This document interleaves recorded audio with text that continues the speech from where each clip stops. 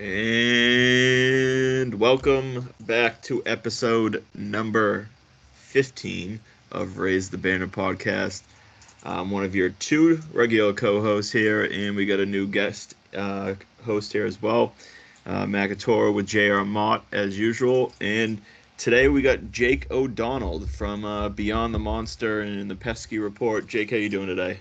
I'm doing great, Matt. It's great to talk to you in person, and nice to meet you as well, Jr. It's happy to be here. Happy to pinch it a bit. The Appreciate po- it, man. yeah, the pesky report is on a little bit of a hiatus right now. I think that there's going to be maybe some new episodes in the next couple of weeks.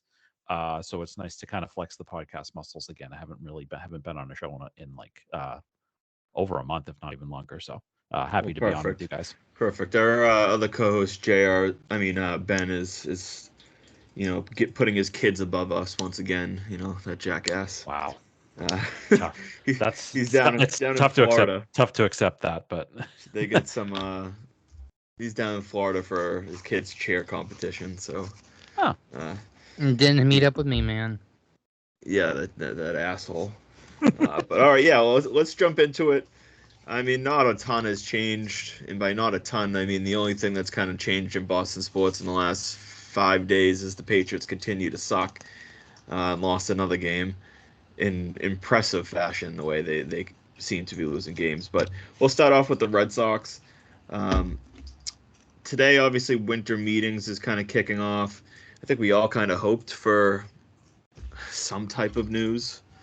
The only thing that we got was a director of pitching hire that I know everyone was eager to find out about. We did hear from Cora and Breslow.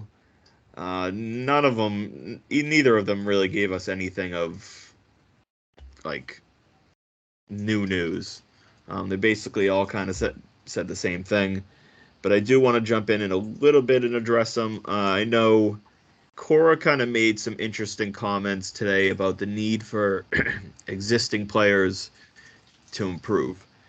Uh, Obviously, we saw, we could say Devers could be a little bit better.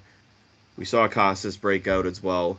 Um, so the first question for you guys, and Jake, you could start us off here, is give me three players from the existing roster, whether it's, veterans who had a down year or, developing players that you view as have the most upside to improve from what they gave us, this past season. I think the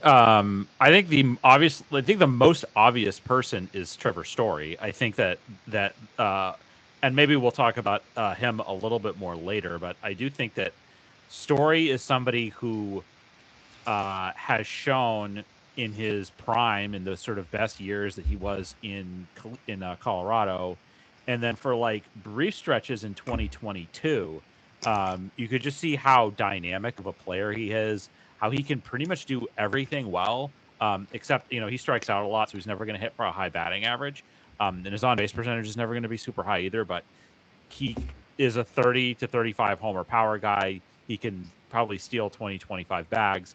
And we've seen him play great defense at shortstop even last season when, he really struggled offensively when he came back.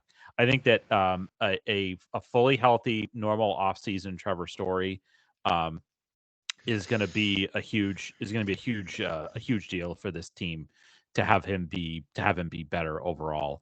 To have the team be better overall.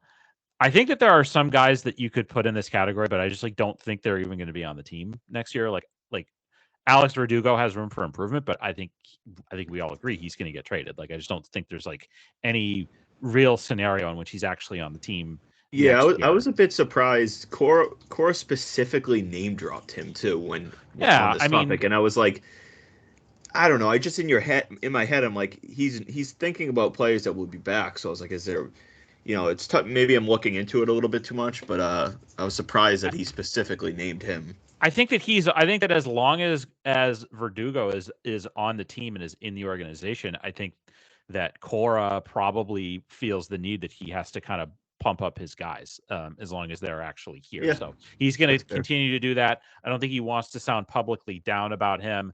I don't know that realistic. I don't know if like being down on him or not mentioning him would impact his trade value at all. But um, I would just say that. And then just on the position players, I'll just mention like quickly, like there's things I want to see improve. Like I think there's a chance that Emmanuel Valdez is part of the second base equation next year. So obviously he has to get a lot better on defense in order for that to work. And then on the pitching side, I think there's still a lot of untapped potential with Tanner Houck, who I just think I don't know what role he's going to be in next Oh, he year, and I don't even frustrates the shit out of me. yeah, and I don't know what I don't know what role he's going to be in next year, and I also don't know if he's going to be on the team because he's definitely a guy with some years of control, and another team might be 100% convinced that he can start, and but I just think like you look at the numbers and it's like he had 99 strikeouts in 106 innings last year. That's not too bad, but he also had 3.5 walks per 9 innings and an ERA just over 5 and was an ERA plus right of under 100 at 91. So he has really interesting stuff, and I think that he's somebody that with new pitching development and pitching with sort of new voices that he can hear from, like with Dave Bush out of the picture and Andrew Bailey in there, and the new guy that they hired for the director of pitching, whose name I've already forgotten. Like, those are, I think no matter whatever the role is, if it's in the bullpen, if it's as a starter, I think there's like a lot that Tanner Houck could unlock. So he's a guy on the pitching staff that I could see improvement. I would want to see definite improvement from if he's still here next year. That's fair. No, I mean, I kind of agree with all those. Jerry, you have anybody else in mind? Any thoughts on this? You guys pretty much said it all. To be honest, I mean, I don't think Alex Verdugo is gonna be on the roster though. I really don't. I think he'll end up getting traded. I think it's just kind of logical. They have so many left-handed bats in the outfield specifically that he is by far the most, I guess, likely. I'm personally still on like the train of I think it might be a really solid option to sell on Jarren Duran while the price is high. Because if you believe in him, in Jarren Duran, like I mean, if you believe in what you saw last year before he got injured, you see, a guy that can hit 15 home runs, steal 40 bags, hit for 50 doubles, be a menace on the base paths. He improved enough defensively last year to be like a serviceable outfielder. Maybe in a perfect situation, he's a corner outfielder and not a center fielder. And he's got, I believe it's 4 more years of control. But I mean, Jake, I think you hit it kind of on the head. The only other names I would really point out, I kind of want to say, I think Yoshida has another gear to him. Now that he can get acclimated to the MLB, where he doesn't have the World Baseball Classic ahead of time, he can kind of prepare his body better. And I think the Red Sox, most importantly, can plan for this. I've been very vocal about the idea of adding a major league right-handed bat that can play the outfield and kind of rotate at DH instead of having a more permanent one, so that Yoshida can play, even if it's like 50 games a year at DH, like that could be a big difference for him health-wise. And the only other one, I mean, I guess Tanner Houck Garrett Whitlock. Garrett Whitlock had a kind of down year, obviously from what we saw the previous 2 years. I personally just want to stop with the experiment of Houck and Whitlock in the rotation. I mean, they could both be really starters, but we know that they can be very good bullpen guys. And so it's like, if you put them in the back end of the bullpen, they're right-handed heavy right now, so maybe they need to add one more lefty. But I'm just like thinking about like, in a hypothetical way, maybe they don't, if they didn't add 2 front-end aces in their pitching staff. Maybe they just added Montgomery, and I talked about it on social media the other day. Like, what if it was Montgomery and Michael Walker back? Would the rotation be ideal? No, not even like no. You'd want more. But trying to look at the other end of that thing is, if they have a bullpen that includes Whitlock, Houck, Winkowski, Schreiber, Martin, Kenley. Like, that's 6 names that could all push out sub 3.5 ERAs, some of them even below that. And they could create, with Houck and Whitlock being a 2 to 3 inning guy, they could have like a scary, scary bullpen. You just need a pitcher to get through 5 to 6 innings, and if you get the lead, like, there's a good chance you're going to win the game. Yeah, I think that the Red Sox, if they go into next season, unless there's guys that get hurt in either the offseason or in spring training, if they go into the season and like Whitlock and Houck are in the rotation, then the Red Sox will have failed in the offseason, because if they're both, I would agree. Because, like, to me, it's like you have to get 2 upgrades, and then the other 3 spots in the rotation, again, probably, assuming health for everybody, I think it's Sale, Bayo, and Pivetta. Like, I just think that's the other 3 spots. So you have to go out and get 2 other, and again, it's a lot to bank on Chris Sale being healthy. I get that, but like, I just think that's the way forward. You go out, you sign it, one guy, you trade for another guy, or you sign 2 guys, or whatever it is. And it could be Montgomery and Waka. It could be Montgomery and Seth Lugo. It could be, I think we all agree it's got to be one of those. Like, they need a significant rotation upgrade. They need to get at least 2 guys who are better than everybody else they have in the rotation now and in the organization now. And it's like, I've seen some takes of like, they shouldn't pay Jordan Montgomery like he's a 1 or whatever. He's not really a 1. He's more of a 2 or 3. I'd say he's probably more of a 2. But like, again, he is still. You sign Jordan Montgomery, and they do the press conference in the whatever Bank of the Month pavilion up there, and they do it, whatever. Jordan Montgomery is immediately the best pitcher in your franchise. Like, that's it. Like, he's the best guy, and it doesn't necessarily, and like this, he's the best guy you could get this offseason. And especially if it seems like the tea leaves are that Yamamoto is preferring a big market, or he wants to pitch on the West Coast, a market bigger than Boston. We haven't ruled that out yet, but like, it just seems like that's the way that this is heading. You never know how it's gonna really pan out. But if Montgomery's the best guy that they get, and they go out and they trade for another starter with some years of control, which, again, reporting from Alex Spear in the Boston Globe makes it seem like that's going to be the priority in a trade. They're not interested in trading for a rental, which I get. That's going to be like, I agree with that. That's the best they can do this offseason. I think the thing that Red Sox fans have to remember, I know there's like so much impatience, and I get it, and there probably should be, because it's been a really rough last couple of years. But rebuilding the pitching staff and getting high-level pitching into this organization is going to be a multi-year process. And there's going to have to be moves to try to get the team into the playoffs next year, and you're still going to be kind of hoping stuff. And then the free agent class after this coming season is really great for starting pitching.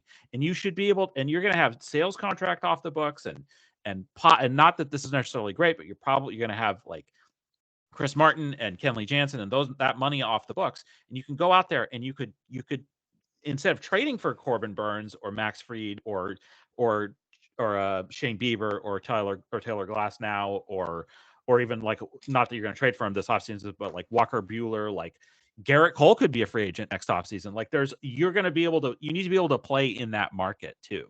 So it's a multi-year process. Go out and do the best that you can do this offseason. But like, you have to go out and get at least 2 pitchers, to go back to what I said at the top of this, 2 pitchers who are better than anybody else you have. And if you do that, you're at least on the path to getting back to where you need to be. Yeah, Jerod, you look like you got something to say. What are you thinking? Oh, I was just gonna say that you're trading for like a player with term and like control. Like, Matt and I have literally said that either George Kirby or Logan Gilbert are the 2 best ones to trade for. Yeah, I mean, they're both extremely logical. It's very interesting to see what Seattle's doing right now over there. They seem like they want to cut a little more costs, which is just, from what I've seen online and social media, and they're very frustrated with ownership over there and how much they're spending. If they plan to compete, which I have to think that they're going to still try to be a competitive team this year, they need desperate help offensively. Right. So just logically, those two sides match up. They made the trade yesterday where they traded away Kalinick. Is that how you say his last Yeah. name? Uh, the outfielder that was once seen as a potential star, who's kind of, I don't want to say hit a wall, but he's not living up to expectations. They rushed him to the big leagues. Like they were trying to. That was a huge trade. Obviously, they traded Cano, and he was the big piece that they got back, and they rushed him to the big leagues, and they kind of ruined him. Honestly, hopefully, I Yeah. mean, if you're the Braves, I wouldn't be surprised if, it's and I think also one thing to consider there was like him being the centerpiece of that trade, and then bringing him up too quick. I think there was just so much pressure on him.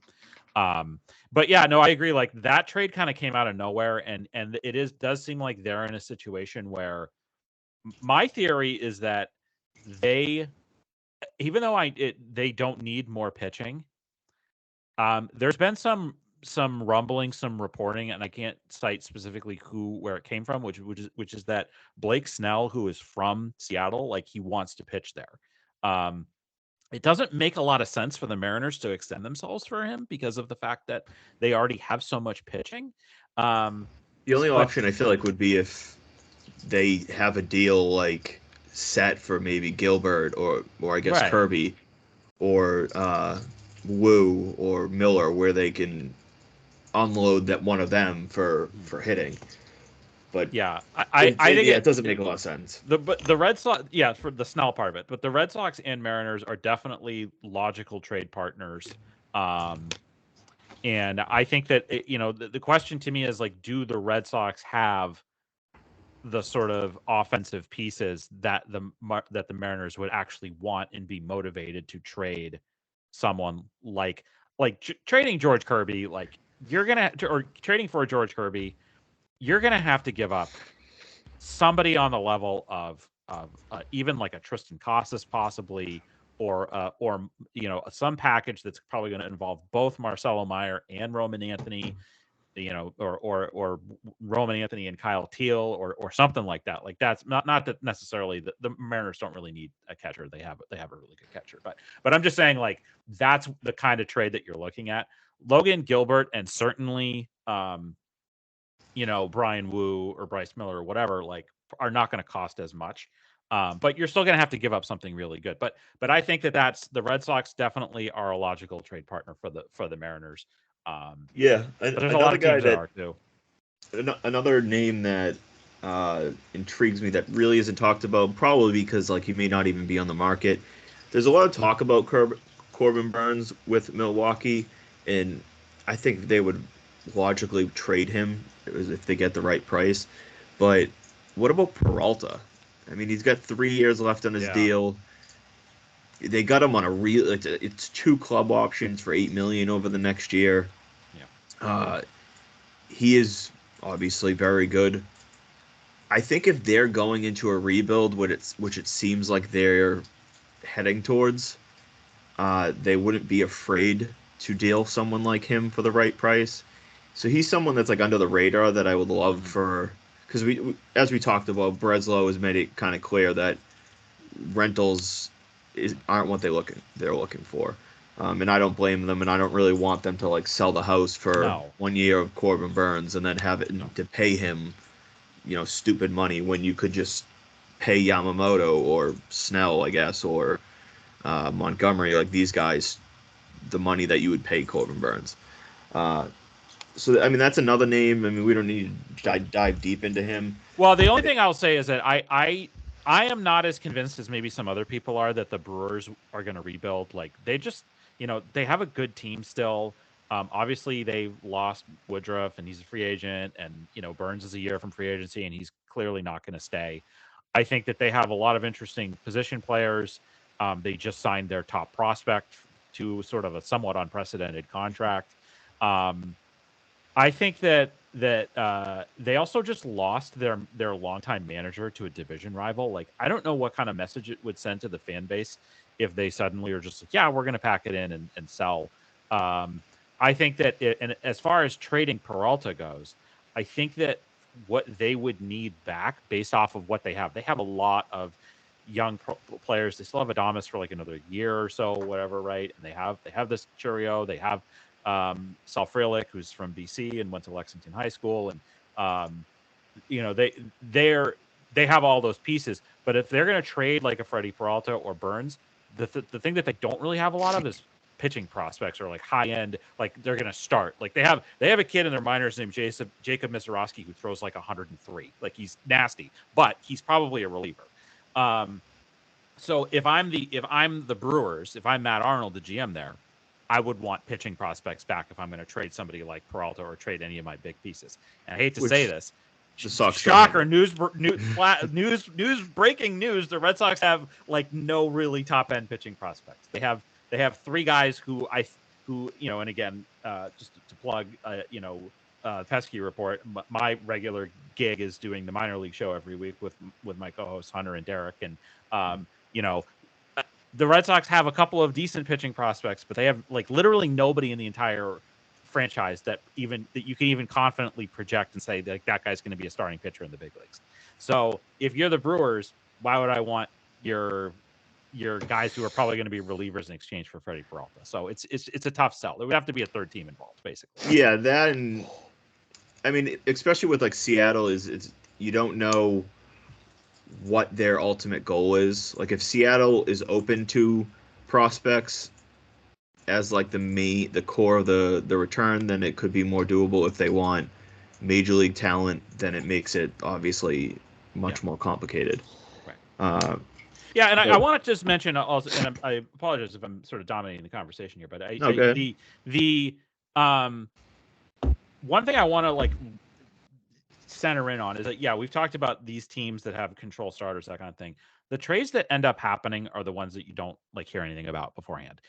Like I don't think anybody was expecting Jared Kelenic to get traded to the Braves. Like that was kind of came out of nowhere. There's been like no trades yet, but I think that there are. If the Red Sox and Breslow and Andrew Bailey, if there's somebody on another team that they're like, this guy, he debuted this year, maybe he's like a year from the majors, or he's like, and I don't know who this would be, but you could be like, okay, we think that this is a guy that if we get him into our system, we can turn him into a big league regular. And maybe he's not going to be an ace, but he's going to be somebody that can contribute regularly, and somebody that is not someone who's not on the radar of anybody that we're talking about. It could be from some team that we're not thinking about as being a trade partner. This is what this is what their job is to try to figure this stuff out, and find and go to whatever lengths they can. So I just think like if we're looking for a controlled starter, it might be somebody that we haven't like talked about at all. Yeah, I think that's kind of why I brought up Peralta. Was like I've been trying to look around beyond like the names that are just obvious, like the Kirbys and the Gilberts and the Cease of the world, and like looking at teams that could logically trade a guy with like 2, 3, 4 years of control where it kind of makes sense. JR, what is your thoughts? We talked about it prior. The need of a right-handed bat. I don't know if you voted on the poll I put up of, who would you rather as the core right-handed bat if they signed one. It was Gurriel Jr., Soler, Turner, and Hoskins.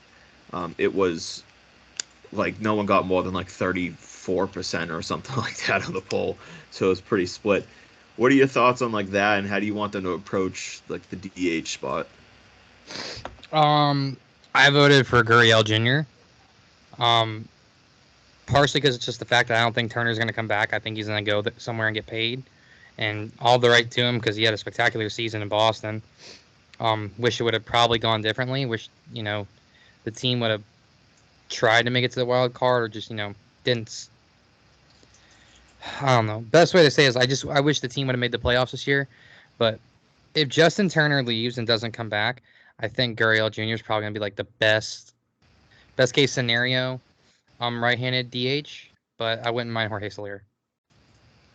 Soler, I don't know why I'm not very high on Soler.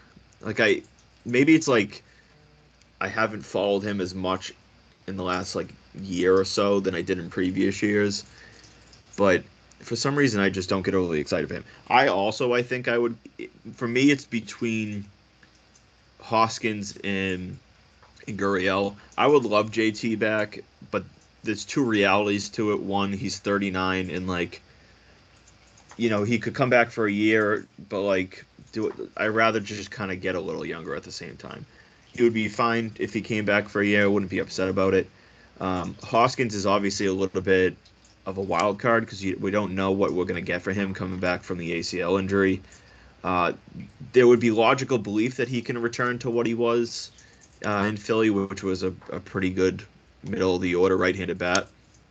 But I think I lean Gurriel partly because of what I said earlier, where I love the idea where Gurriel can play left field essentially on the road, and Yoshida can be a play left field at home, just hypothetically like a split. And then obviously on the road you can give Yoshida DH days, you can give him those rest days, and that way, Gurriel could play. I don't know if I'd love him in right field, but he could play right field here at Fenway if needed. I don't know if you'd want him there like full time, but he's a pretty solid defender, and so I think he just fits tremendously. The only worry with him is he kind of had arguably his best season last year, so is that going to be him again, or is he going to fall back closer to what he was for the first 5 or 6 years in the majors? Jake, what are you thinking here? Yeah, I think that if you can sign or trade for somebody who allows you to basically have a split in left field between a right-handed power hitter and Yoshida, and just like kind of split the DH between those two, I think that's best for Yoshida, and it's best for probably whoever they bring in. I think Gurriel Jr. would be a really good fit. I think he would do really good at Fenway. I think that Teoscar Hernandez would be a good fit too, although he's more of a right fielder. I'm not sure that really matters that much. I think that's something to consider too, is that if you trade Verdugo, you do kind of have to figure out who's going to play right field every day. I think we the one thing you can say that Verdugo was really good at last season was playing defense in right field at Fenway, and that's not super easy. Obviously, you have Abreu, who I think could handle it probably. Rafaela, where we're not really sure where Rafaela is going to fit into everything next year. Is he going to play? Is he going to play center field? Is he going to play? Is he going to play right field? Is he going to play some second base? He'll probably play all over if he's on the big league club. But again, similar thing where you don't know if he's going to be around or not. I would say that a name that I like. There's been a few interesting names in trades that have come up. There's some talk tonight about the Cardinals are trying to trade Tyler O'Neill, which is interesting. He is a he's somebody that I advocate. There's a couple of people that I advocated for the Red Sox getting last offseason. One of them was O'Neill, who in 2021 had a really huge season for the Cardinals. He had like a 148 OPS plus, like he was great that year.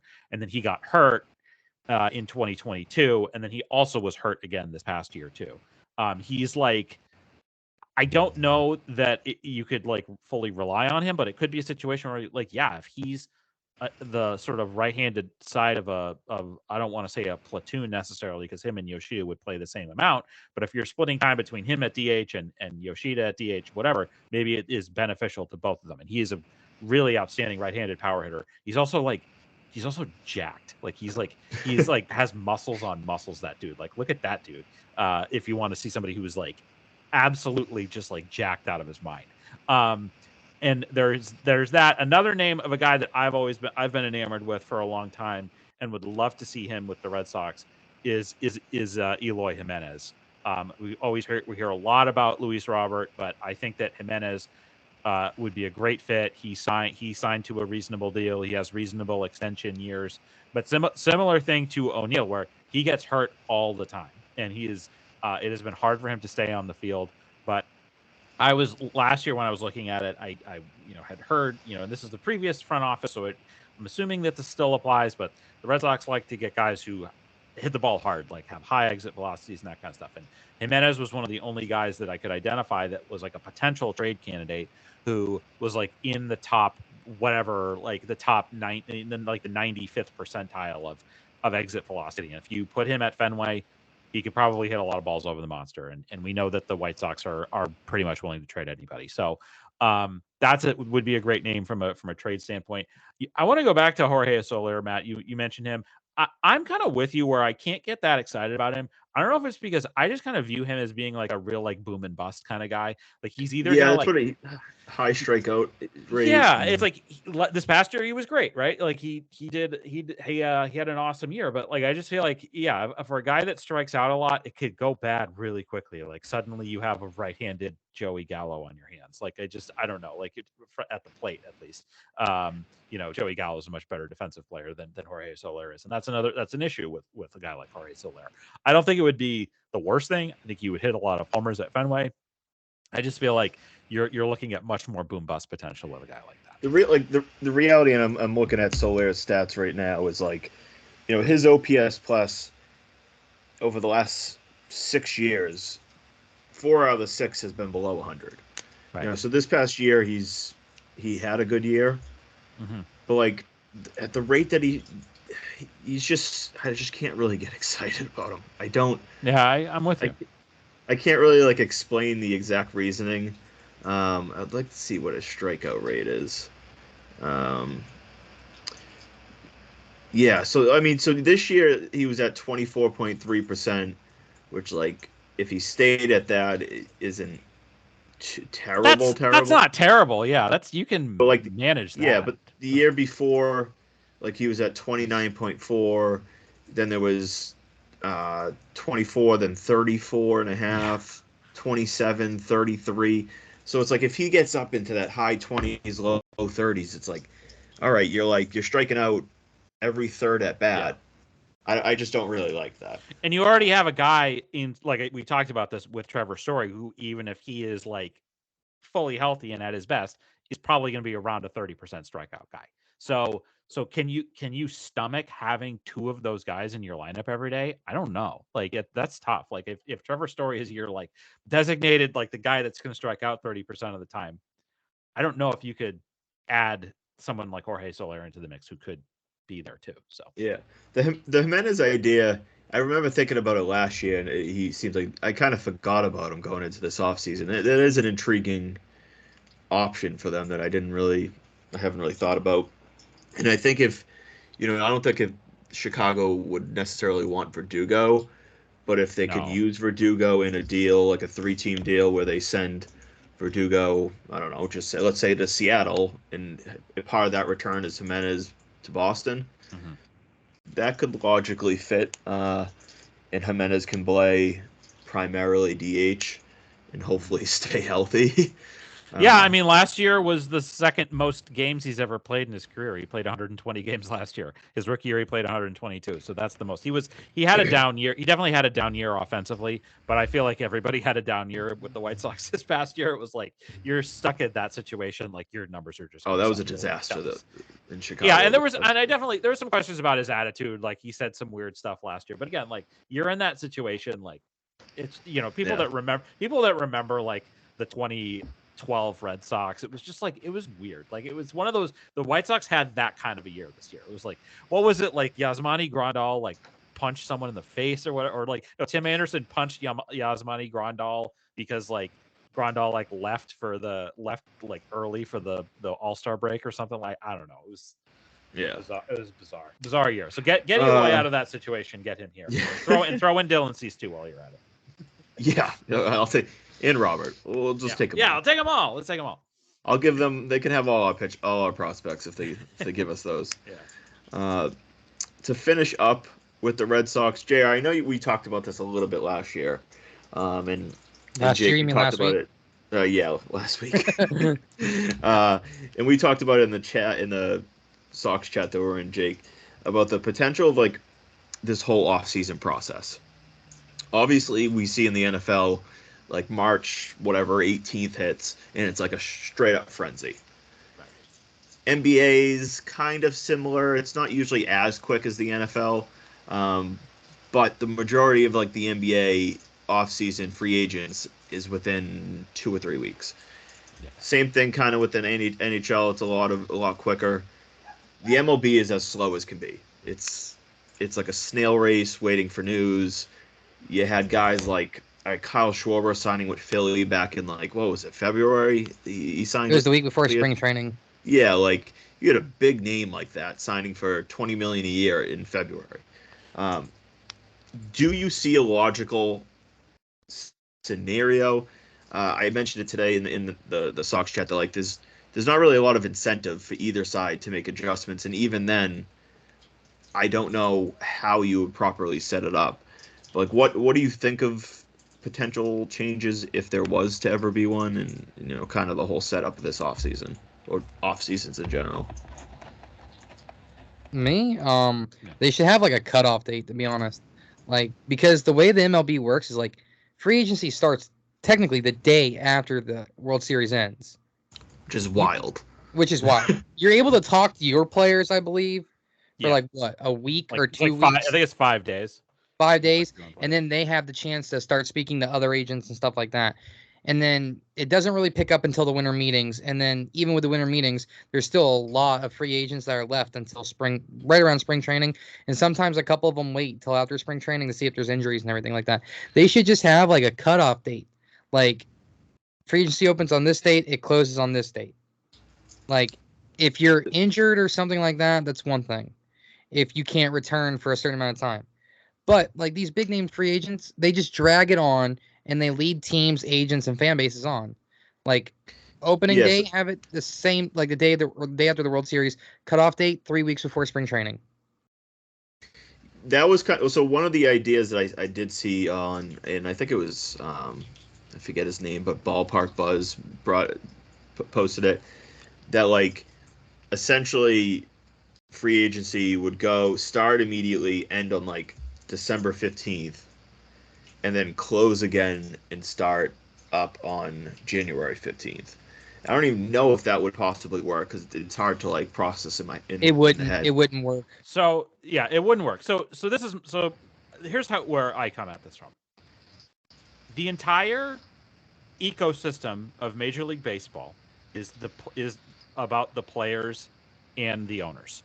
The owners have the money, the players want the money, and the owners don't want to give it to them. And they want to give, and if they will give them the money, but they want to give them as little as possible. Okay.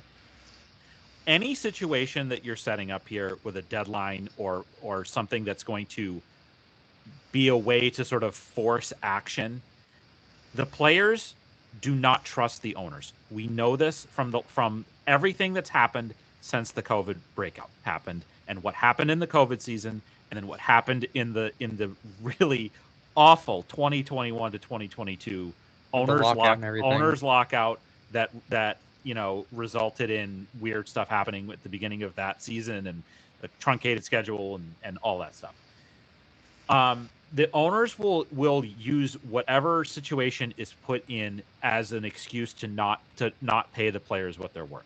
So if you tell so let's just say, for example, it's a situation where, and I think that something like a December 15th to January 15th moratorium makes sense. But I've seen some people say something along the lines of like, you cut it off at December 15th and then nobody can sign again until spring training starts or something like that. What will happen inevitably is that the owners will use that as an opportunity to squeeze the players at that December 15th deadline and say, okay, if you want to sign before this deadline and you don't want to keep yourself and your family and your wives and your kids and everybody that depends on you in limbo for the next 2 months, month and a half, you got to take this offer. And I think that would also create an opportunity for even more collusion among the owners than there already is. And I think that the collusion stuff has gotten better because I think the players are more hip to it. But a few years ago, it was terrible. The players were talking about, I didn't get an offer for 3 months, and then I had 3 teams reach out to me with the exact same offer. Like, that stuff was happening like a few years ago. So I just think that as much as I agree that the offseason moves at such a snail's pace and it's so annoying and I hate it as a fan, I just think that like if you incentivize the owners to not get to like put in a deadline. The other thing I worry about is that as we see with trade deadlines and stuff like that, is that, well, okay, let's put a December 15th deadline in. what if nothing happens until right before the deadline? Like, that's the other thing too, is like they could just like kick the can down the road. Like everything in baseball, the trade deadlines, all this stuff is always stuff happens at the last minute, and it's just let's kick the can down the road and let's think about it and let's overanalyze and let's see what if we can do better, if we can get a better deal, if we can trade this guy and get more for him or whatever. Like that, I think it might potentially even be worse than it is now if you do that. And then the other thing is just like I said, you would incentivize the owners to keep to like squeeze the players until that deadline and have them agree on your terms. And we've just seen over and over again from the players that they don't trust the owners. They will, if the players don't think that there is a way that they will see better financial experience or get more money out of it, they don't care about us being bored. Like they just don't give a shit. And the owners definitely don't care either. So that's my, that's my take on the. No, I mean, I basically, fully agree, and we talked about it earlier today with this, that the fact that there is A, fully guaranteed contracts, and B, no cap, makes it so, right, for the most part, the players dictate the speed of this. If Ohtani came out and was like, World Series ends on, I don't even know when it ends, mid-November, like usually first week, like it's been first week of November lately. Yeah. So okay, the World Series ends at November 7th. I'm gonna start talking to teams whenever that opens, like 5 days later, November 12th. I'm gonna sign by November 28th. If he basically was like, all right, you get 2 weeks to wow me, do whatever, and I'm signing, then everybody would have to make the play for them. We saw that with Aaron Nola. Aaron Nola decided to be the first guy, big chip pitcher to sign, and so he signed early. The players kind of dictate this, and as you mentioned, like with the no cap, is like it's not like the NFL where, if you're a mid-tier or even in higher tier defensive lineman and you're expecting $20 million a year, well, if you get 3 offers from, let's say, the Patriots, Bills, and Dolphins, and you sit there and sit on your hands and don't make a decision, well, they either have to sit there and wait for you, which isn't going to happen, or they got to make a different move. And then once that cap space is dried up, you're screwed out of luck. So that's another, that's like the main factor of why, things have to go faster in the NFL and don't have to in the MLB. And then the final option is kind of what you said on, the deadline is if there was an actual deadline and you push things up to that deadline, a lot of what the MLB is dominoes. So everyone's kind of waiting for Ohtani to make his decision. Because if, you don't want to be the Dodgers or even like the Braves or the Red Sox or the Mets, go out and sign Yamamoto and Montgomery or something like that, and then your ownership says, well, you signed them and now we're not getting the best player in the MLB. So everyone's kind of waiting for him to sign, and then it kind of seems like after he signs, then everyone's going to wait for Yamamoto to sign, and then it will be kind of like a trickle-down effect. But I just don't see it as a very long... I don't think there's any scenario or any situation where the owners and the players would agree on a change, and that it would actually function with the way it's supposed to, where it wouldn't hurt front offices or it wouldn't hurt the players. So it doesn't make... It sucks. Yeah, I think we agree. It's a situation that I don't know how you change it unless you completely change the way the economic structure of the game, where it's a free market now, and the free markets take time to develop, and that's just how. I think you would have to have a cap. I think you would almost have to have a cap in the end. And that's been a non-starter for the players. This is the whole reason why 1994 the strike happened, was because the owners unilaterally implemented a salary cap, and the players said, "No, fuck you guys," and they went on strike. And so that's basically you would have to have a cap that would create the markets would be created for themselves, and we just know that the players will never go for that. Yeah, Jerod, any final thoughts on this? No. I pretty much said everything. I basically said everything I need to really say over the last 2 weeks. Yeah, I mean, it sounds like you guys have talked about this a lot. It's because there's not much going on. So talk about it's like there's nothing. You could talk about anything happening or any situation. Right. Yeah. All right, let's transition. I don't even want to talk about it, but we'll transition into some Red Sox talk. I mean, to some Patriots talk. Excuse me. Man, the Red Sox got you really like all out of loop, man. Yeah, I just want some possible news. Yeah, let's. The Patriots suck. They're 2-10. The good news, and really the the only good news from the Patriots right now, is that they bumped up to the second overall pick in the current Tankathon Marathon. The Cardinals won. According, I want to say it might have been ESPN, their odds or whatever give them a 19% chance at the number one pick. Fortunately for them, the Panthers have no real incentive to tank for that pick because they don't own it. And we don't need to talk about it, but just if Bryce Young ends up sucking, that might go down as one of the worst trades in the history of Ends the up NFL. sucking. He's fucking terrible. Yeah. He hasn't been good. I'm not good I'm so basically. far. Yeah, I'm just not like gonna just label him a bust just yet. But you get what I'm saying. Like that, if they end up giving up, what was it, like more the seventh pick, a second, and what would be the first overall pick again, that would be pretty bad. But Jared, what are your thoughts on, I guess, the game, Bailey Zappe, and what do they do offensively over the final? What are we at? 5 games of the season. I'll be honest with you. I watched maybe like a total 20 minutes of the game because I was helping my uncle do some like lawn work and pressure wash houses in his neighborhood over the weekend. But I saw people on Twitter like before I even got to watch the game saying, "Oh, the offense looks so much better with Bailey Zappe running it." Blah blah blah. And then to come to find out that we didn't even get into the Chargers' 30-yard line during the game. Yeah, I thought that was insane. Like people were like, "Yeah, the offense looks so much better. It makes so much more sense with Bailey Zappe running the team." They didn't score a fucking point, dude. Like, what are you talking about? They didn't even get in the Chargers' territory. So, right, like it was just like, oh my god, what are we? How low is the bar gotten for Patriots fans? The biggest championships.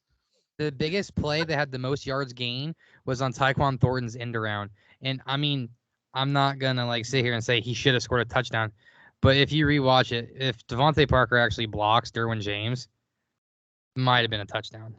Right. Yeah. So I mean, I remember like mid-second quarter, I did think to myself that the offense was that the results weren't better, but the fluidity of the offense seemed a little more functional. With that said, Zappe it's just so obvious that Zappe's just not good. He has somehow like less game like management awareness than Mac Jones does. Like he has less football instincts than he Mac moves. Jones. Incredible to say that. And I think why it was a little bit more functional was he moves around better in the pocket right now, and it's mostly because Mac was very good with that as his rookie year, and even some of last year. But over the last like year or so, and especially this year, Mac looks frightened inside the pocket now, for a relatively decent reason. So Zappe did look a little bit better inside the pocket, but like what I just said is just like he had 3 or 4 plays where like the guy's wide open, he just makes a terrible throw. Right. This is not accurate. He's just plain out not good. And the difference I still see by watching Mac versus Zappe is we saw as a rookie that what Mac could potentially be. I think he had another tier to what he was as a rookie to improve a little bit. I still think that a lot of it's mental with Mac now, and if you could get him back on track, he could be a decent NFL starter. I don't think it can happen in New England, but I agree. I agree there. Zappe, I just don't think has any realistic upside to be an NFL starter. Could he be like a serviceable? He might be a career backup. Like he could be the Chase Daniel of the world. Like he could stick around and have he could stick around and have an 8 or 10 year career as a backup. And I've said it before and I'll say it again. the position of an NFL QB backup is one of the best spots to be in. Absolutely. You get paid to not do anything. You hold the clip. Yeah, you get paid good money. Being on that like cusp of like one of the best backups, but not good enough to start is just wonderful for certain players. Oh yeah, like Jarrett Stidham. Jarrett Stidham might be a good example of that, and I like Jarrett Stidham showed enough last year to warrant a $10 million contract. 2 years, $10 million. Like his job, he's making $5 million a year to sit his ass on the bench and just practice. Well, it also helps him that his father-in-law owns the Rockets. Yeah. Yeah. Well. Yeah. Chase Daniel made like $35 million over his career. Brian Hoyer has probably made $35-40 million over his career. Being a backup's a wonderful job in terms of like not having to play, just sit there and practice each week, helping film study, and then you just cash checks. Bro gets to be a co-offensive coordinator, basically. Yeah. I mean, that's what we kind of viewed Hoyer as for a couple years here. But anyways, Zappe is just freaking Christ, he was bad. Yeah. I don't even know what I want them to do at this point. I think the Mac is still their best quarterback. But like, I don't even know if it's fair to him to go back to him right now. I don't even want to watch Zappe play for another 5 games. I kind of lean towards like giving Cunningham a shot. Why not? But then I don't want him to win us a game. Like that's a good point. That kid is not winning the Patriots a game. I don't think he will, but like I just picture in my head where like Thursday night comes, the Patriots defense continues to play very well. They let up 9 points. They let up 3 field goals to Pittsburgh. The Patriots are down 9-3, and Cunningham breaks off some stupid run, and the Patriots win a game. Like that's what I'm just like picturing in my head. Is like he has that X factor with his legs that kind of scare the shit out of me. This is the problem, unfortunately, is that there is the fact that there's more games on the schedule is that they could possibly win 1 or 2 more of them, and it is not what we need or want. It's like I wouldn't mind a game that's like the opposite of what the last couple games have been. Like I would love to see like a shootout kind of game that they end up losing. I don't think this offense is capable. It might be a shootout, but it might just be like a 17-16 shootout. Well, that's fine. Like that's better than tanking's fun. That's why this past game was so painful, because it was horrible weather. It was so bad. The teams could generate it was just horrible to watch. It's just one of those like the worst types of football games in existence. Like it was the offense has been painful. So bad that in my brain, I'm starting to believe that this is a plan. Like it's the only thing that like I'm convincing myself that like, and I don't actually believe this, so I'll say that, but like there's a part of me that I'm like, this is so abysmal offensively that Belichick and Kraft have this secret plan to actually suck, and so they can get Caleb Williams or Drake May and ride out and restart at quarterback, because their defense looks like very good, and they're without Judon, who more than likely be back next year, and they got Christian Gonzalez, who looked phenomenal in the Marcus Jones. The time that they played. They got Marcus Jones back. They have a couple free agents, Kyle Duggar and Josh Uche, but Uche's situational, and I think they presumably drafted Mapu with the idea of maybe replacing Duggar. They talked to Bill today about like why isn't Mapu playing that much, and he kind of gave the answer that I think is kind of the reality is Phil Peppers is playing a career year. Like this is his best. He was like a depth defensive piece, like situational player, right, for every other team, and then now he's here and he's having the best year of his career. You're seeing Michigan Jabril Peppers right now. Yeah, exactly. Yeah. And so I'm like, I think that's kind of more what's leading to it. Same thing with like Phillips is here. Phillips is still playing a little bit. And then obviously Duggar's playing a I lot. think Phillips is going to be gone after this year.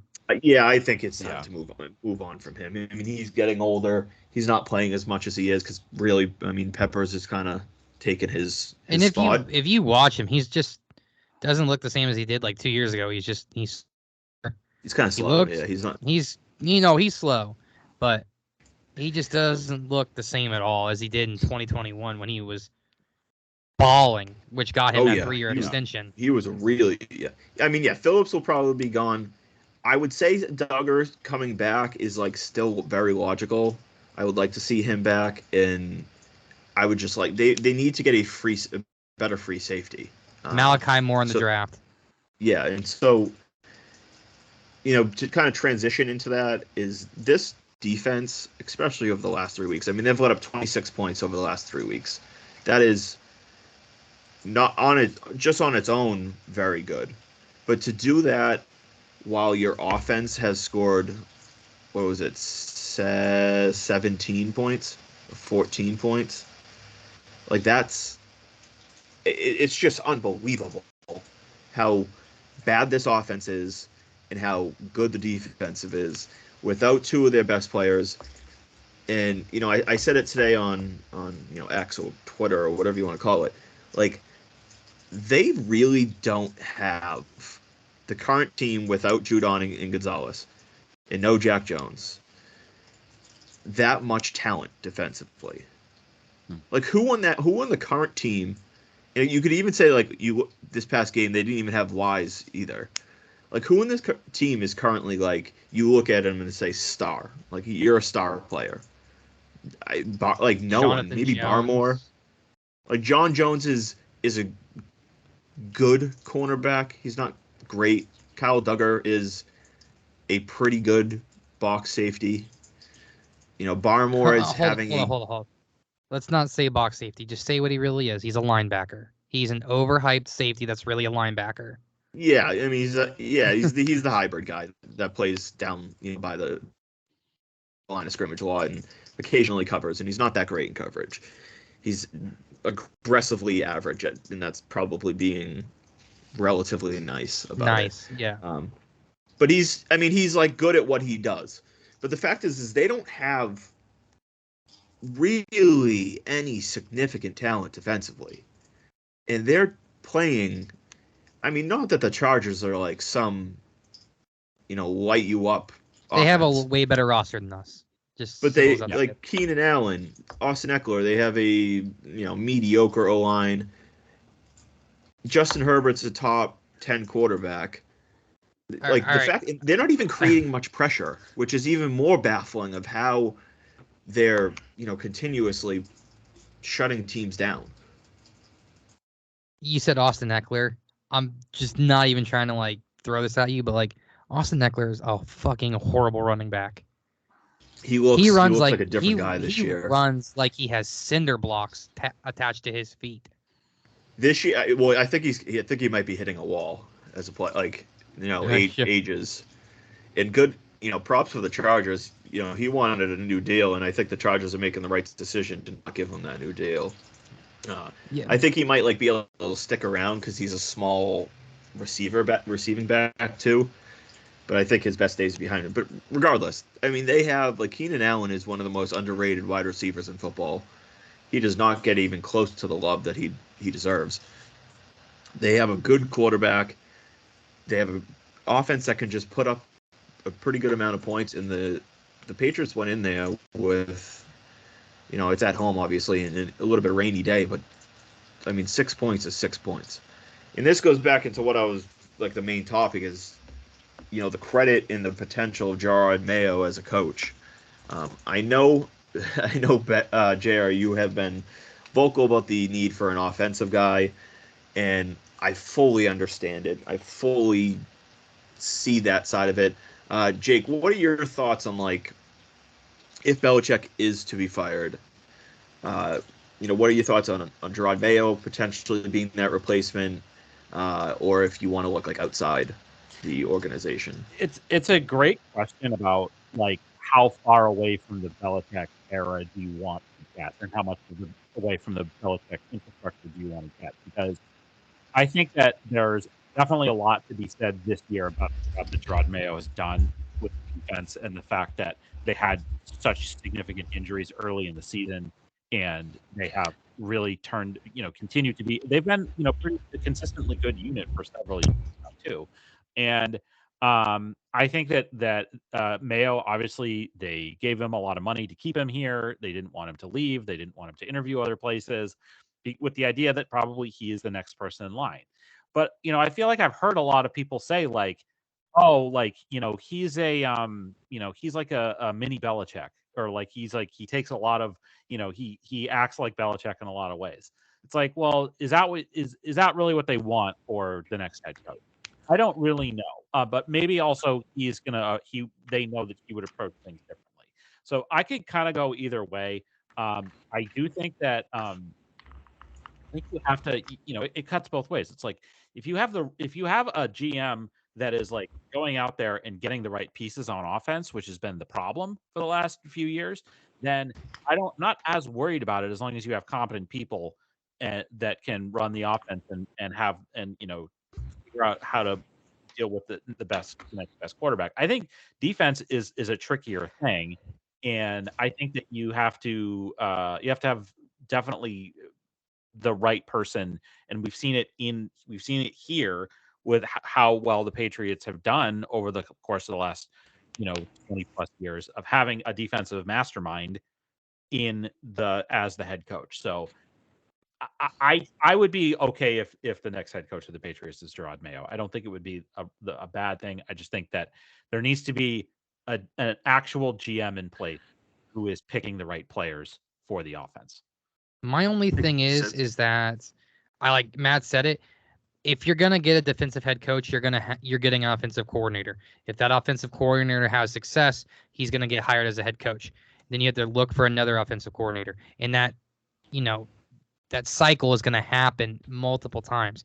Why not go and get your head coach that's also an offensive-minded head coach that can be the offensive coordinator, but not have the official title, and give it to like have somebody as the passing game coordinator, or a run game coordinator, just have that, title. So if he gets hired out, you can just fill him with another person down the staff instead of losing a whole entire offensive coach, like a system coach, and having to bring in a brand new coach, brand new system. They have to relearn the whole system. If you get an offensive head coach like Ben Johnson, Dan Canales, stuff like that, you can keep the offensive system, and you can just keep going through coaches because it's in place and it's not changing. You're just moving somebody up. If you're getting a defensive head coach, you're keeping that. It's the same thing, but just switched. You're gonna be going through offensive coordinators like crazy. And that's why I understand it, and in parts agree with your approach to it. My only thing is, and before I address like the Mayo topic specifically, is like the priority needs to be the best head coach. The offense, having a guy that could continuously run the same offense, like obviously McVay, Shanahan, Andy Reid, like people pluck from the tree of them, but the offense can still stay the same. There's certainly 100% a benefit of that.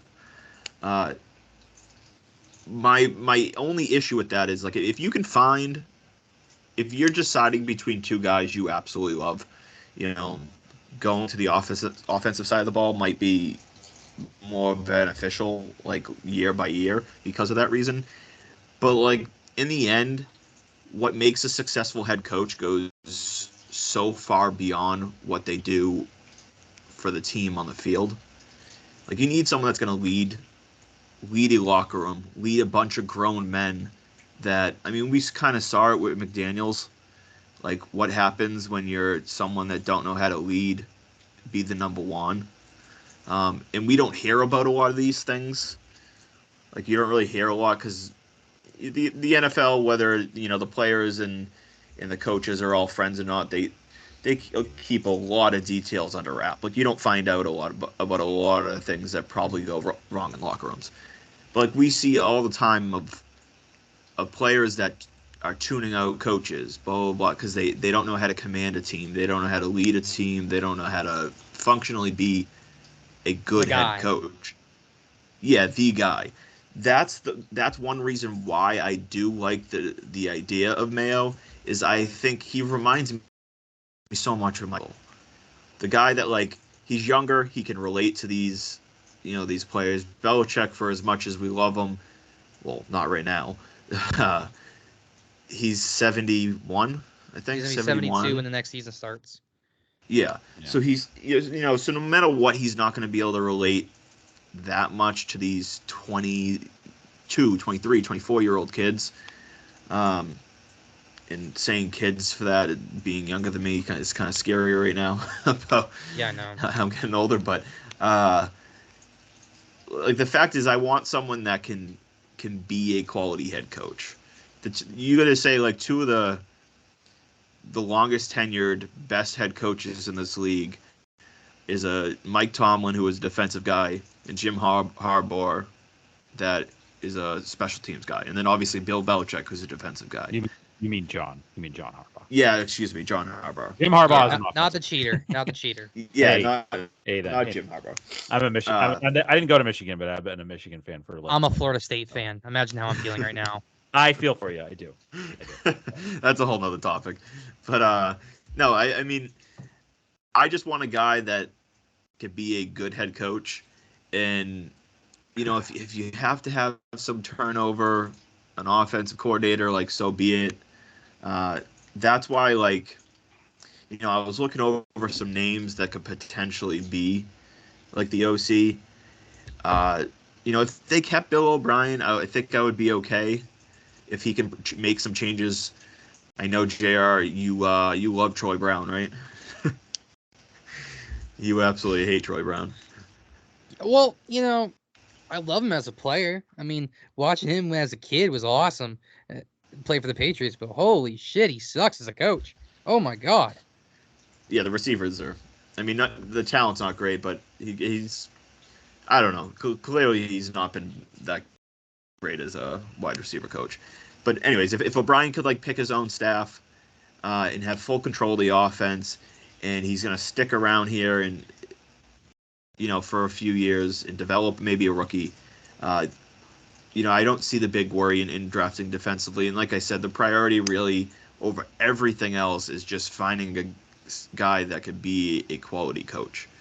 And if you have turnover on defensive side of the ball, like, you still got to replace the DC. And maybe that's a little easier, I guess, in theory, because you're not changing off an entire scheme. You don't change your defensive scheme.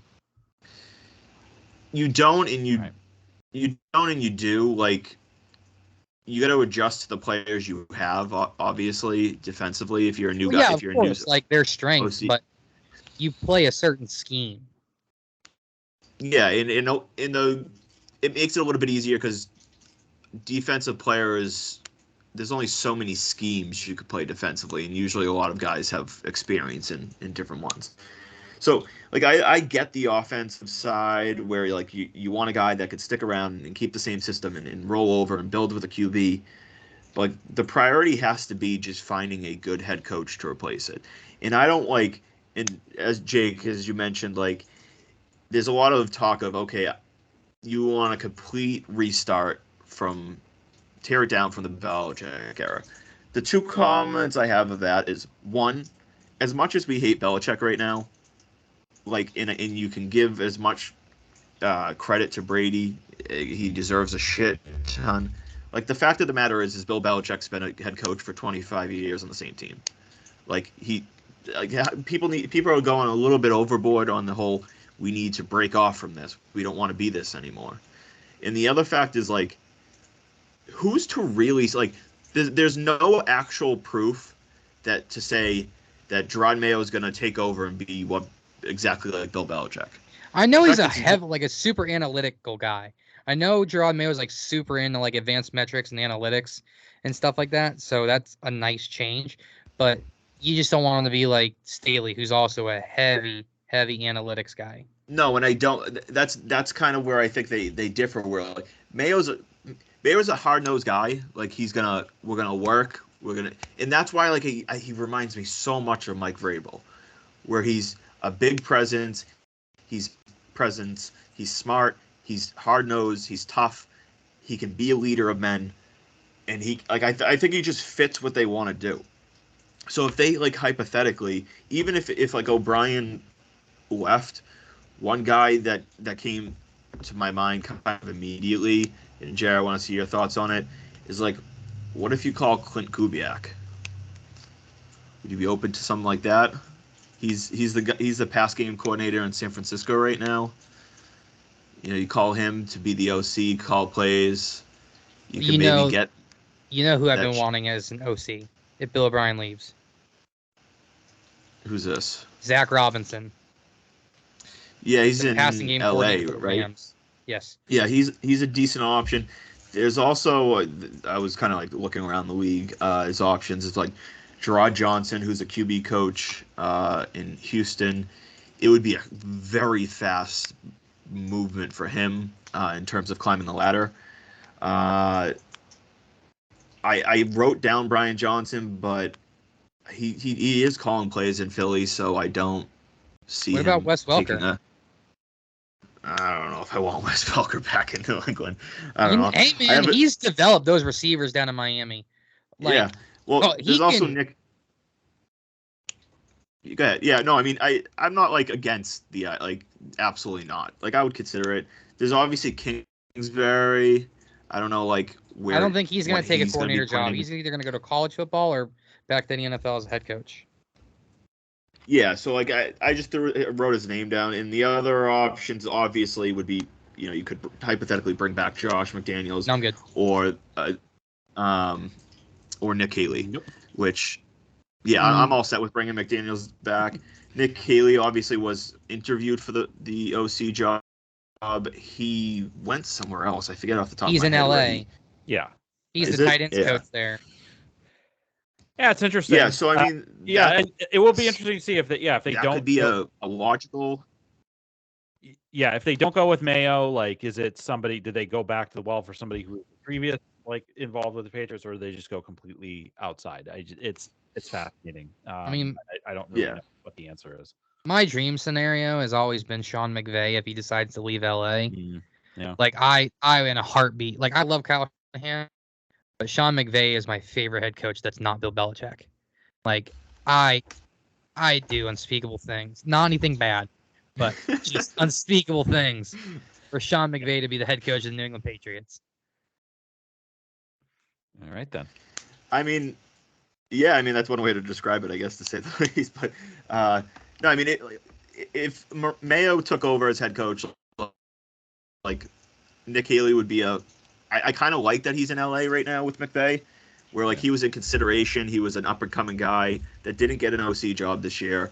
Now he's got a little bit of experience in McVay's system. You know, maybe he comes back here. He's experienced here, and he can kind of gel what he learned under McDaniels and then McVay, and kind of run a little bit of both systems. Yeah, who do you just want as a GM then? So that's a whole nother factor in this. Is like, I don't like the idea of forcing a GM to work with a certain coach, because that usually just does not gel right. So I think at the moment, like if they went with Mayo, if Kraft was like, all right, like the plan is to go with Mayo, so that they need to bring in someone that theoretically works with Mayo, which goes back to what we've talked about last week, is to bring back Dave Ziegler. I would do that 100%. Yeah. I don't hate that. So, because like we've obviously heard about the stories of Ziegler didn't want Jimmy, and for some reason, I guess Josh McDaniels had the hierarchy over Ziegler, in roster decisions. So it almost was like Ziegler was like an assistant GM, or you know, like a Red Sox GM with Eddie Romero, CEO, or like where they're technically the GM, but they're not the decision maker. I think that would be a logical path. Patriots fans seemingly wouldn't be too thrilled about it, and I get it. He went and got Devontae Adams like his first week on the job. Like, yeah, he was. Ziegler went to Las Vegas and was like, "I'm not doing anything that Bill Belichick did." He did the complete opposite. They got Devontae like 3-4 days after their press conference happened. Yeah, they signed Chandler Jones. They went and got they extended Renfro, they extended Darren Waller. They made some big moves right after both of them got there. Uh, They extended Josh it's Jacobs too. no, well they tagged him. He's tagged right now. Or they Oh, I thought they agreed gave him a to 2-year extension. no, they agreed to I think it was an abbreviated franchise tag. Oh, okay. They gave him an extra million or so over whatever the tag was to get him to sign. Yeah, he signed a 1-year, $10 million contract. And he's walking after this year. Oh, excuse me. Cash value got 11.8. Yeah, so he got a little bit more. But anyways, that combination is something that really interests me of Ziegler, Mayo, and then defensively Covington is a name. There's other DCs that they could search around for as options. Steve Wilkes. They're not getting Steve Wilkes from San Big Francisco. W. Why would he leave San Francisco? He's in a phenomenal spot in San Francisco. No, I've just been saying it for the last week, week or 2 weeks. I'm like, man, I really want Steve Wilkes because that defense San Francisco has is insane.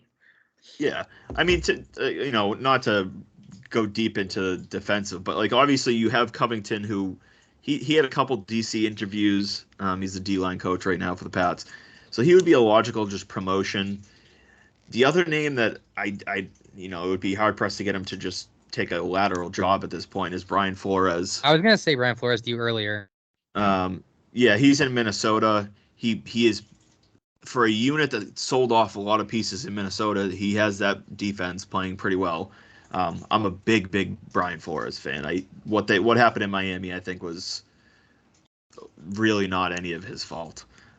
There's also Chris Kosurik. I don't know how to say his last name. He's a D-line coach in San Francisco, so maybe he's learning after your boy Wilkes. And then there was also Chris Harris that looking at options. He's the Titans. I think he's technically the pass defensive coordinator or something like that. He was a former player, and now he's the pass game coordinator and cornerback coach. So he's another logical option. He played in the same era as Mayo, so I don't know if they have a connection, with each other. But as a whole, if they're going to get rid of Belichick, which at this point seemingly is the most likely path, I would be fine. I'm interested in Jim Harbaugh. Jim. Yep, Jim. Obviously Ben Johnson's of interest. Brian Johnson's of interest of Philly. Slowick, I think that's how you say his name. The Texans. Yeah, Slowick. OC right now. Canellis down in Tampa. I mentioned it. I've been mentioning him for weeks now. He's been pretty impressive of what he did in Seattle and then now in Tampa.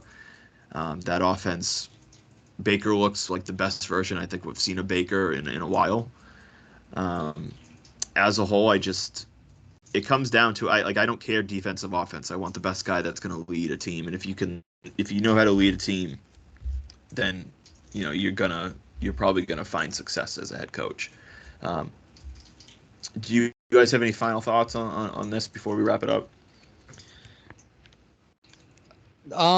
I just hope the Patriots end up with their quarterback. I don't care who it is. Like you said last week, and we talked about it. If you value Jaden Daniels so high and he's there, take him. Don't trade back, thinking you'll be able to get him. And that team that wants a quarterback swoops up and takes him. If your quarterback's Caleb Williams, take him. Drake May, take him. Take your guy. Don't just settle for what falls you. Take your guy and get the future started. Also, the report that Jimmy, Belichick could be back and they're going to bring Jimmy back that I saw today, it's just bullshit. That's not true. It's just insane. It just doesn't make sense. It's just not going to happen. Kraft, someone commented and was like, well, he let Belichick, sign Cam Newton and draft Mac Jones. And I was like, well, first of all, I didn't even respond, but in my head, I was like, they brought back Cam Newton. They brought in Cam Newton the year after Brady left. So Belichick was still fully the reputation of Bill Belichick.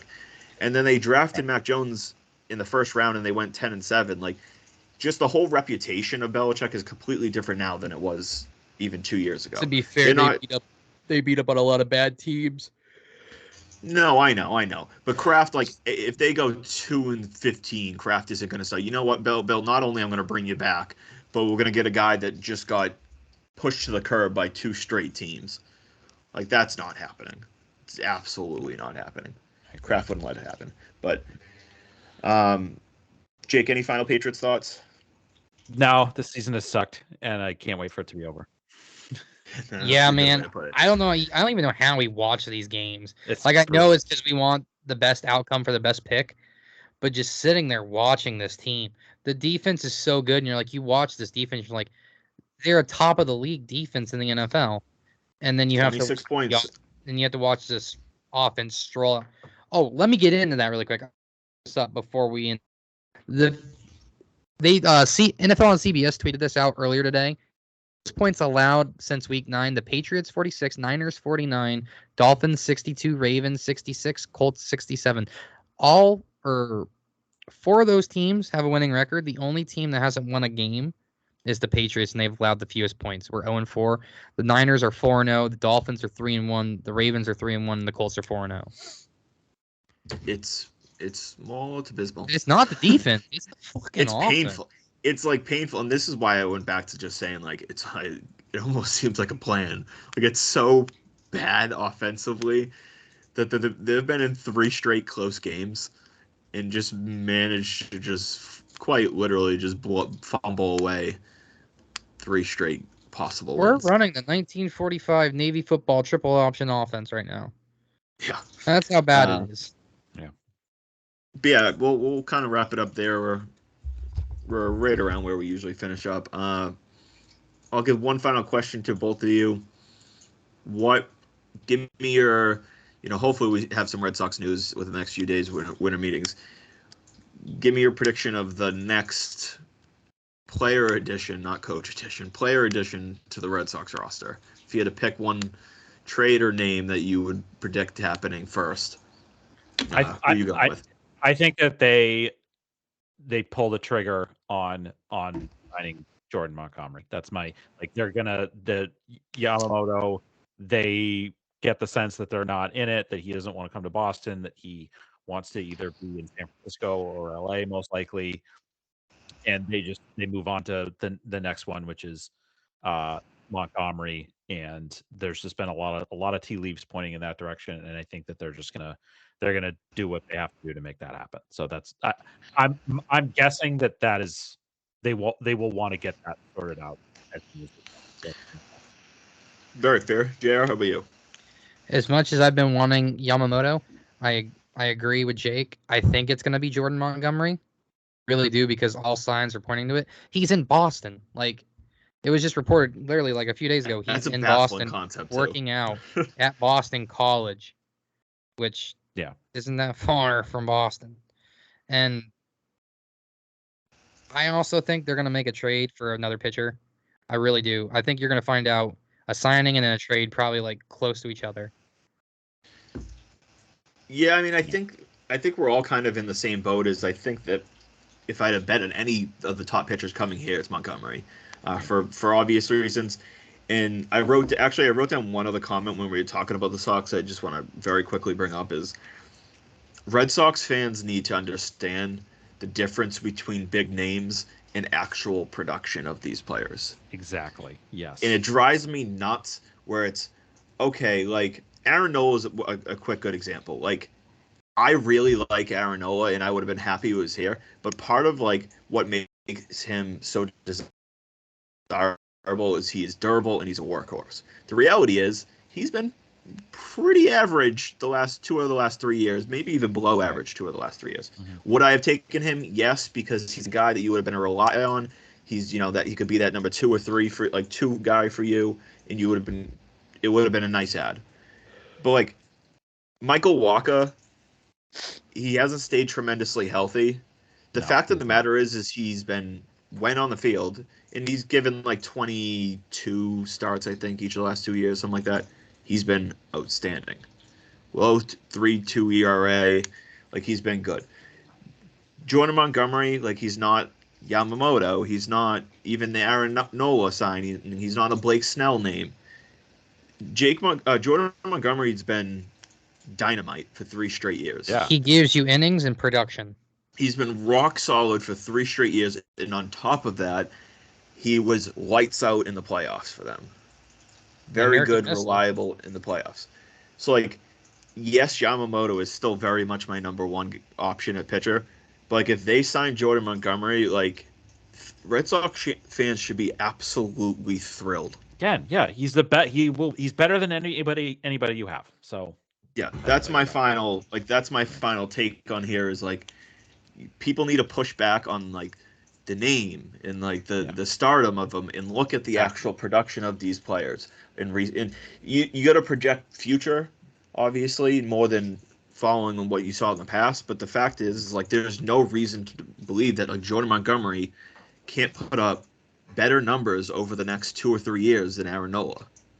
Agreed, fully. Like if you told me that 3 years from now that from 2024, 25, and 26 that Aaron Nola would have better. I mean Montgomery would have better numbers than Nola. No one should be shocked by that. Right. And so if Montgomery signs for, let's say he gets 6 years and like 130 million, like 140 million, it's less than what they gave to Nola, and you got probably a potentially better pitcher. So that's kind of my rant. Any time of the day. What's that? I might sound like I'm taking Montgomery any day. And I know I sound like a horrible Sox fan. I haven't bought a Sox jersey in a long time, but if they sign Montgomery, I'm buying his jersey day one. I love Jordan Montgomery. I even liked him when he was a Yankee. As bad as that is to say, he's a very good pitcher. He was, like you said, he was dynamite in the playoffs. That dude he had an insane playoff run this year. He's been durable. He's been pretty durable the last 3 years, and he's been very good the last 3 years. So, Yamamoto's still the dream, and I would take him, and I would prioritize him over Montgomery. But I'm 100% in the Montgomery train of get him here. And like you said, if you have to like be a little aggressive and not to like, you shouldn't sign Montgomery and just be out on Yamamoto, but like go get Montgomery, and hell, like if Yamamoto wants to be a Red Sox, you can get a deal done for him too.